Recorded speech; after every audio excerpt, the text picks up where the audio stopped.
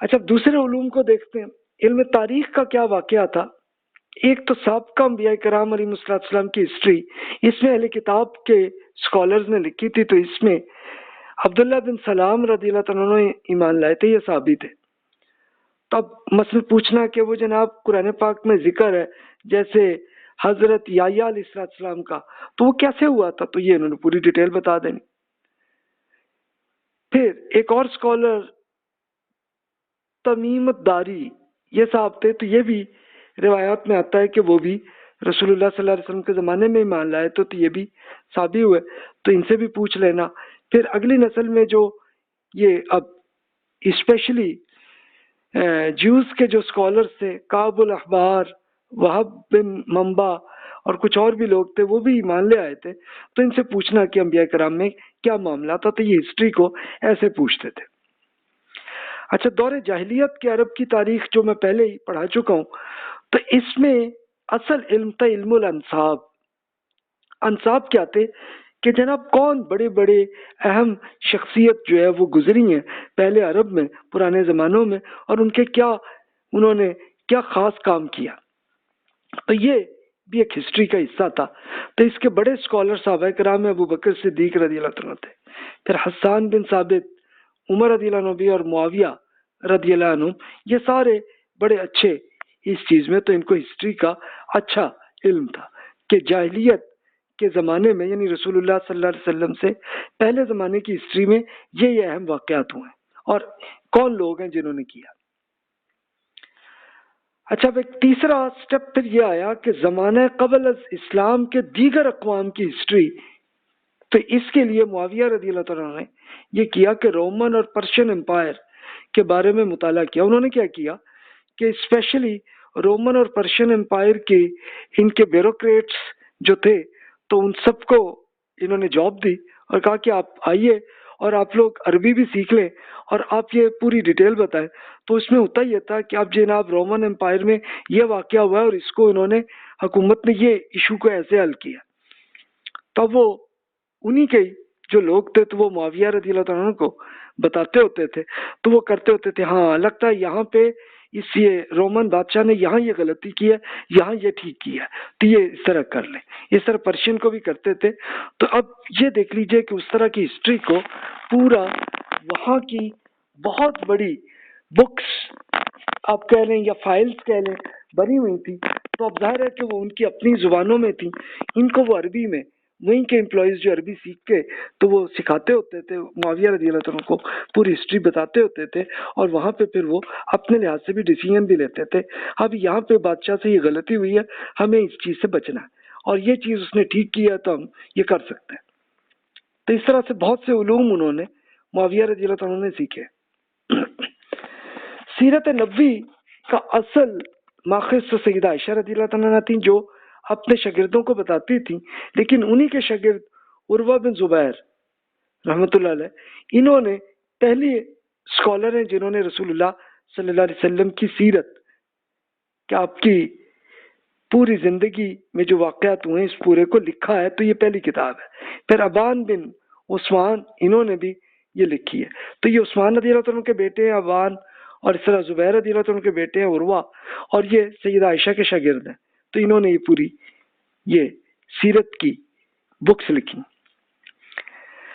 اچھا عہد صحابہ اور تابعین کی ہسٹری میں ایک ایشو یہ آیا کہ جعلی روایات بہت آئی، بہت زیادہ آئی، کیونکہ یہ آپ پڑھ چکے ہیں کہ کیسے کچھ تحریکیں پیدا ہوئی کہ جو چاہتے تھے کہ حکومت میں ان کا قبضہ آ جائے تو اس کے لیے وہ کوشش کرتے تھے، تو اس کے لیے پروپیگنڈا کے لیے بہت سی روایات آ گئی. تو یہ ایک نیگیٹو معاملہ بھی ہو اس میں.